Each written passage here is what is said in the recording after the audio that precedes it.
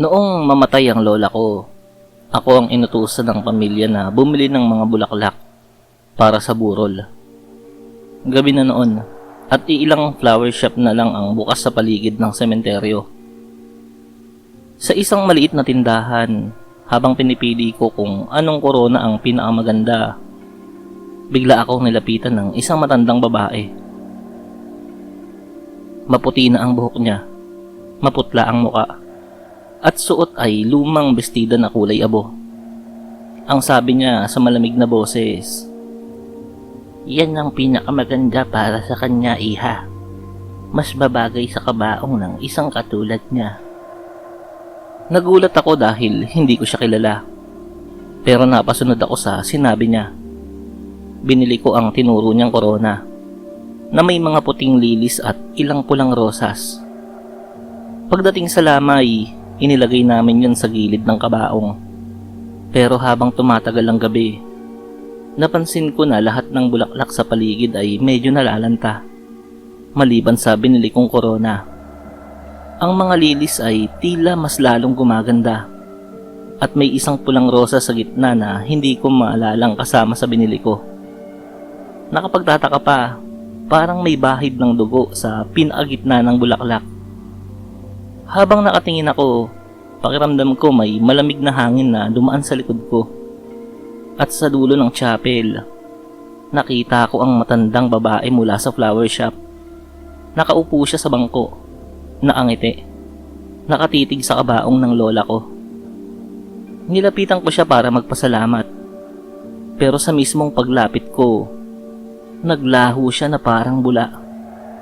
Nagtanong ako sa caretaker kung may nakita ba silang matandang babae. Ang sagot niya, "Wala naman, iha. Ikaw lang ang naglalakad-lakad dito eh."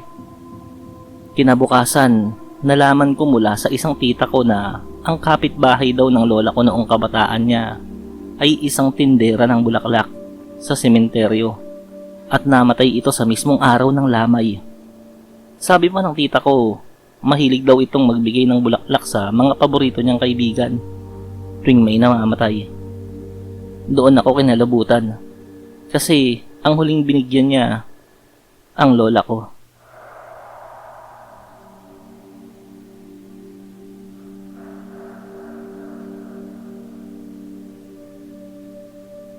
Noong college ako, may crush ako sa kaklase kong si Leia. Isang araw, binigyan niya ako ng isang pulang rosas. Sabi niya, "Ingatan mo to, Arvin, ha? Huwag mong hahayaang mawala." Siyempre, kinilig ako. Para mas tumagal, nilagay ko ang bulaklak sa loob ng isang makapal na libro para maging pressed flower. Pero makalipas ang ilang buwan, laking gulat ko dahil hindi ito natutuyo. Nananatiling sariwa, para bang bagong pitas pa rin. Natuwa ako sa una. Iniisip ko na baka simbolo yun ng tunay na pagmamahal. Pero isang gabi, 12:00 ng madaling araw, bigla akong nagising. Napansin kong bukas ang libro at nakapatong sa mesa ang rosas. Sa ilalim nito, may maliliit na patak ng dugo. Nang hawakan ko, ramdam kong basa ang tangkay. Parang may dugong tumutulo mula roon. Simula noon, gabi-gabi akong binabangungot. Sa panaginip ko, nakikita ko si Leia. May dugo ang muka, wasak ang labi, hawak ang pulang rosas. Paulit-ulit niyang sinasabi sa akin, "Bakit hindi mo ako pinaglaban?" Kinabukasan, nalaman ko sa balita na naaksidente si Leia noong araw na ibinigay niya sa akin ang rosas. Hindi ko alam, pero parang imposible dahil nakausap ko siya ng hapon na yon. Nang ipakita ko sa mga kaklase ko ang rosas, nagulat silang lahat. Ang sabi nila, hindi maaaring ibigay yun ni Leia dahil sa oras ng klase namin, patay na siya. Hanggang ngayon, hawak ko pa rin ang rosas. At ang nakapagtataka, sariwa pa rin ito. Hindi ko na alam kung dapat ko bang itapon o itago. Ang tanging alam ko, sa tuwing nahahawakan ko to, Pinapaalala nito sa akin na minsan akong nagmahal.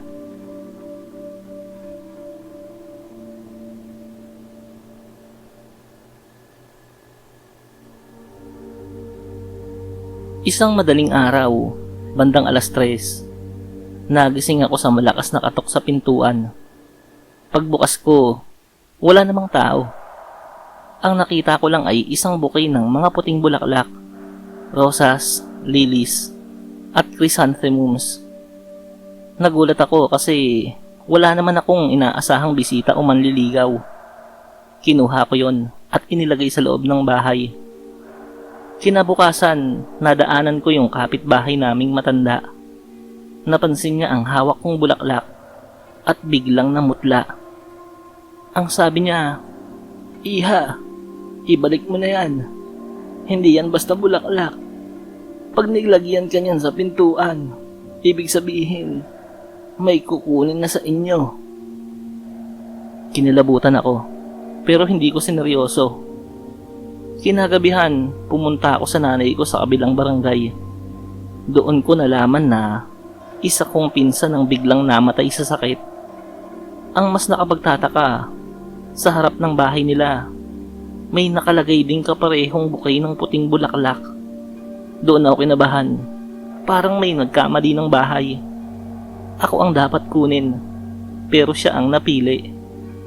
Simula noon, sa tuwing makakakita ako ng puting bulaklak sa pintuan, hindi ko na basta binabaliwala. Baka may ibig sabihin pala talaga yon.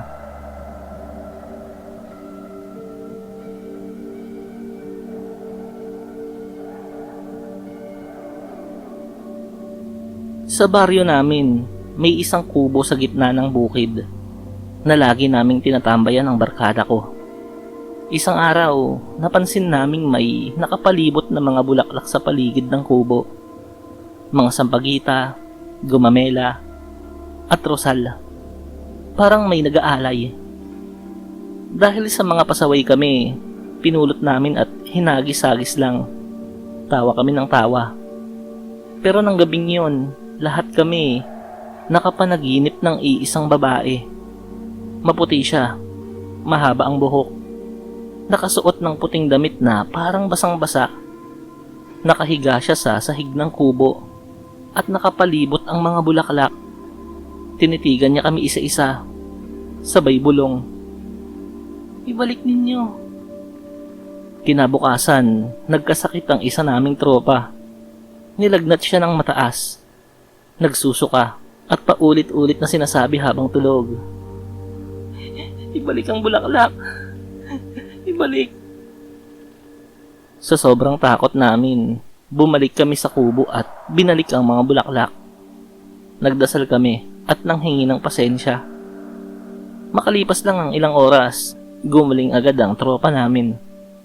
Sabi ng matatanda, may babaeng pinatay daw sa kubo na yon, noon pa. At mula noon, may nag-aalay ng bulaklak para matahimik ang kaluluwa niya. Nang pakialaman namin yon, parang nagalit daw yon at pinarusahan ng isa sa amin.